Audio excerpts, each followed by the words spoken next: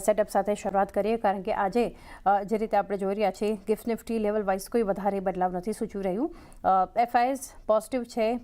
ખાસ કરીને ત્રણેય સેગમેન્ટમાં થોડી ખરીદદારી આવી છે અને જે રીતના ફ્રાઇડેનું એક ક્લોઝિંગ આપણને જોવા મળ્યું છે બ્રેથ પોઝિટિવ સાઇડ પર, બ્રેન્ટ એક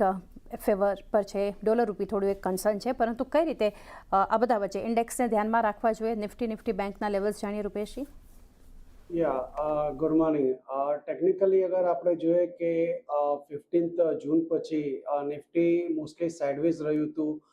વિધિન 23,800 અને 24,200 અને ફ્રાઇડેના સેશનમાં આપણે જોયું કે સારા એવો મજબૂત ગેપ અપ ઓપનિંગ હતી અને અરાઉન્ડ એક ડિસાઇસિવ બ્રેકઆઉટ થયું હતું અને ઇન્ડેક્સે રજિસ્ટર કર્યું હતું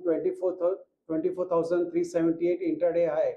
અને થોડું બહુ પ્રોફિટ બુકિંગ હતું અને આપણે જોયું કે નિફ્ટીએ થોડુંક ગેઇન્સ પાછી આપી દીધી હતી, છતાં ફ્રાઇડેના સેશનમાં જે સ્ટાર્ટિંગનો બુલિશ ગેપ હતો એ ઇન્ટેક હતો, હજુ સુધી એ ગેપ ઓપન છે, તો ટેકનિકલી આને એક રેન્જ બ્રેકઆઉટ જણાવી શકાય છે અને હવેથી નીચામાં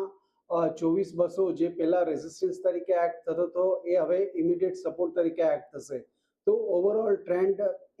જસ્ટ ચેન્જ થઈ રહ્યો છે ફોર ધ અપસાઇડ। અહીંયાથી મારો વ્યૂ પોઝિટિવ છે। ઉપરના લેવલ્સમાં આપણને મને લાગે છે કે નિયર ટર્મમાં એક 7th મેનું સ્વિંગ હાઈ છે જે અરાઉન્ડ 24,482 છે, એ ટેસ્ટ કરી શકે છે આ અઠવાડિયામાં અને ત્યારબાદ એક 21 એપ્રિલનો સ્વિંગ હાઈ છે અરાઉન્ડ 24,602, એ પણ આવી શકે છે। ઓવરઓલ ટ્રેન્ડ પોઝિટિવ છે અને મારી સલાહ બાય ઓન ડિપ્સની રહેશે નિફ્ટી માટે, કેમ કે હવે નીચેમાં જોઈએ તો ઓલમોસ્ટ જે 3 અઠવાડિયાનો સપોર્ટ હતો 23,800 એ બહુ સ્ટ્રોંગ સપોર્ટ રહેશે। ત્યારબાદ આપણે બેંક નિફ્ટીની વાત કરીએ તો બેંક નિફ્ટી એક બ્રોડ સાઇડવેઝ ઝોનમાં ટ્રેડ કરી રહી છે છેલ્લા 3 અઠવાડિયાથી, નીચેમાં 57,500 અને ઉપરમાં 58,500, તો આ 1000 પોઈન્ટની રેન્જ છે અને વિધિન બેંક નિફ્ટી અગર રિલેટિવલી આપણે જોઈએ તો પ્રાઇવેટ બેંક નિફ્ટી વધારે સ્ટ્રોંગ દેખાઈ રહી છે, કેમ કે ગયા અઠવાડિયે પણ આપણે જોયું કે પ્રાઇવેટ બેંક નિફ્ટી આઉટપરફોર્મ કરી રહી હતી, જ્યારે કે એની સામે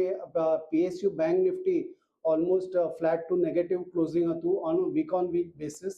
સો ઓવરઓલ વિધિન બેંક નિફ્ટી હું પ્રિફર કરું છું પ્રાઇવેટ બેંક્સને। તો ઓવરઓલ મારો ટ્રેન્ડ પોઝિટિવ છે। બેંક નિફ્ટી થોડીક સાઇડવેઝ છે,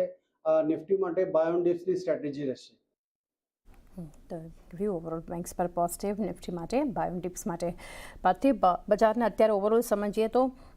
જે રીતનું અત્યારે માર્કેટનું એક સેટઅપ જોઈ રહ્યા છીએ, ભારતીય બજાર માટે જે મહત્વનું છે એ અર્નિંગ સિઝન તો હવે આ સપ્તાહથી શરૂ થતી જોશું, પરંતુ લાસ્ટ વીકથી જે business updates majorly banks, finance, FMCG આ બધા દ્વારા જે આવતી જોઈ રહ્યા છે, આ વચ્ચે કઈ રીતે માર્કેટને હાલ આપ જોઈ રહ્યા છો? આપ સૌને વેરી ગુડ મોર્નિંગ। યસ, અત્યાર સુધીના જે પણ અપડેટ્સ આવ્યા છે અને એમાં પણ ખાસ કરીને આપણે બેંક્સના અપડેટ્સ જોઈએ તો એની અંદર ક્રેડિટ ડિસ્બર્સમેન્ટ ગ્રોથ અપવર્ડ્સ ઓફ 14-15% રહ્યું છે, which is I think very good. અને ઇવન જે કાઇન્ડ ઓફ લેગાર્ડ બેંક્સ હતી લાઈક એચડીએફસી બેંક છે, કોટક બેંક છે, ત્યાંથી પણ આપણે જોયું કે ક્રેડિટ ગ્રોથ સારો છે, ગોઝ ટુ શો કે economic activity is picking up અને ડેફિનેટલી વર્કિંગ કેપિટલ રિક્વાયરમેન્ટ હોય કે બીજા લોકોનું ડિસ્બર્સમેન્ટ હોય, બેન્કિંગ ગ્રોથ જો જીડીપીના ગ્રોથની ઓલમોસ્ટ 2 times હોય છે તો it is always a very good indication four long term.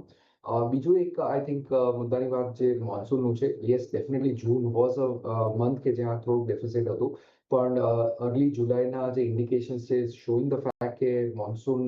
No spread થોડોક ઇમ્પ્રૂવ થઈ રહ્યો છે। સો આઈ થિંક જે બહુ મેજર ફિયર્સ હતા કે બિકોઝ ઓફ એલએનો બહુ મોટો ઇમ્પેક્ટ આવે, it doesn't seem the case, એટલે એ પણ એક રાહત માર્કેટ્સ માટે ચોક્કસપણે રહેશે। Of course with the war subsiding આપણે જોયું કે ઓઇલ સતત આઈ થિંક ડાઉનવર્ડ ટ્રેજેક્ટરીમાં રહ્યું। Luckily even for India I think gold and silver prices have also corrected massively, કારણ કે આ બધું જ I think was impacting our current account deficit and balance of payment. તો એ સંદર્ભમાં આઈ થિંક એ મેક્રોઝ ઇમ્પ્રુવિંગ જે ટ્રેજેક્ટરી છે ઇટ ઇઝ વેરી હેલ્પફુલ, કારણ કે એના લીધે કરન્સી ઉપર જે પ્રેશર છે એ પણ ઘટે છે, plus I think it gives lot of encouragement for FPIs to come back. અને એ જ આપણે જોયું કે થેન્ક્સ ટુ ધ ફેક્ટ કે ગવર્મેન્ટે જીસેક્સમાં પણ એક બહુ જ સારો મૂવ લીધો છે, પ્રોગ્રેસિવ મૂવ લીધો છે in terms of removing the tax hurdles, તો એવા સંદર્ભમાં ત્યાં આપણે ઇન્ફ્લોઝ ઓલરેડી જોયા which is help stabilise the currency અને આગળ જતાં I am sure government will take more moves in terms of attracting foreign capital એટલે એવા સંદર્ભમાં I think things are looking good Q1 કદાચ I think markets will be pencilling in કે because of the previous effects of the war થોડુંક એક impact રહે પણ going ahead I think FY27ના અર્નિંગ્સ અમારી દૃષ્ટિથી આઈ થિંક એટલા ખરાબ નહીં આવે જે આપણે ડાઉનગ્રેડ કરેલા એ પ્રમાણસર તો overall I think markets are reasonably valued no doubt mid cap valuation થોડા એક્સપેન્સિવ છે કારણ કે એમાં સતત રેલી વધારે જોઈ પણ overall I think market setup is looking good for long term for me લાંબા ગાળે હાલ એક સેટઅપ ઘણું પોઝિટિવ જે રીતે બિઝનેસ અપડેટ્સ મજબૂત છે ક્વાર્ટર પર અર્નિંગ્સ પણ મજબૂત રહેવાની એક આશા બધા પર ચર્ચા કરીશું પરંતુ